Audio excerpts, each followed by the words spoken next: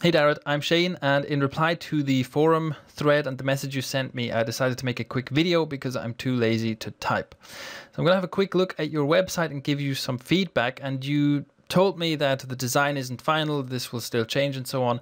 And that's fine because I'm not a designer, I can't really give you design feedback. I can, however, maybe tell you a few things about the content and the marketing of the site, although I'm afraid I might be asking more questions than I'll be answering. So the first thing I noticed, and even though this is slightly design related, it's also usability related, is that you have this slider here. Now look, sliders are kind of popular elements for many WordPress themes, and because they kind of look flashy, but the truth is sliders are not very useful as a navigation element and as a usability element. Sliders aren't that great. There's a pretty good article here on Conversion Excel where he talks about why you should use sliders, with tons of quotes of people basically saying things like rotating banners are absolutely evil and should be removed immediately. So there's a bunch of people here, conversion experts, designers, all saying that in their tests they've seen sliders doing very poorly. So that's something you might want to consider. I guess you could probably do better with removing this and having a different navigation element. You also specifically asked me about the footer, what to put in there. And I guess you have a bunch of widget areas here that you can fill up with stuff. Now, there's no right answer to what you should put in your footer, which brings me to my first question. My first question is, what is the primary conversion goal on this website? You need to have a primary conversion goal, which is you need to have one thing where you know this is what I want my visitors to do, and everything else you do depends on this primary conversion goal. So what is it that you want from your readers primarily? Is it that you want them to subscribe to a mailing list? Is it that you want them to become fans and share your content and leave comments and interact and so on?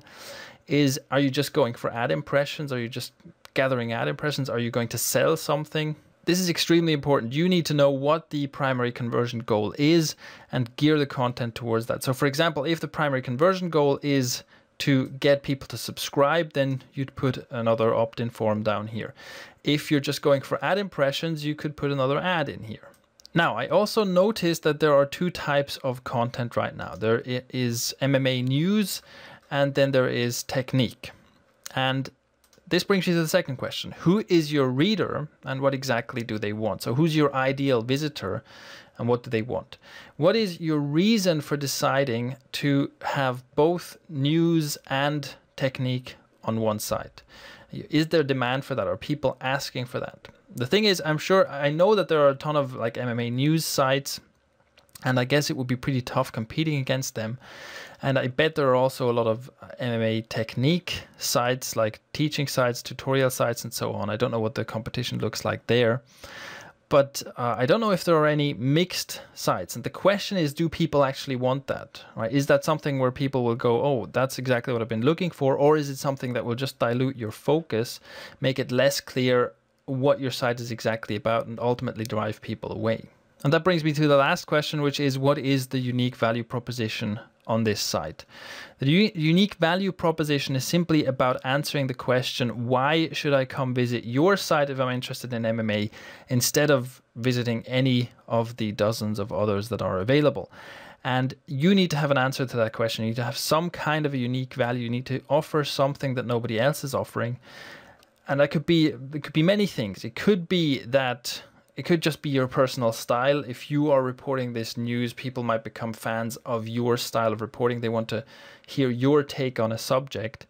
It could be, I guess in the news game, it's often everybody tries to get the inside scoop first, right? Everybody tries to get the story first. I wouldn't personally want to play that game. And I'm not really sure, look, I don't know that much about this niche. I don't really know what a good unique value proposition would be, but you have to have something that sets you apart from everyone else. You have to have something that you can clearly communicate. This is what my site is about. Here is what I offer that nobody else offers.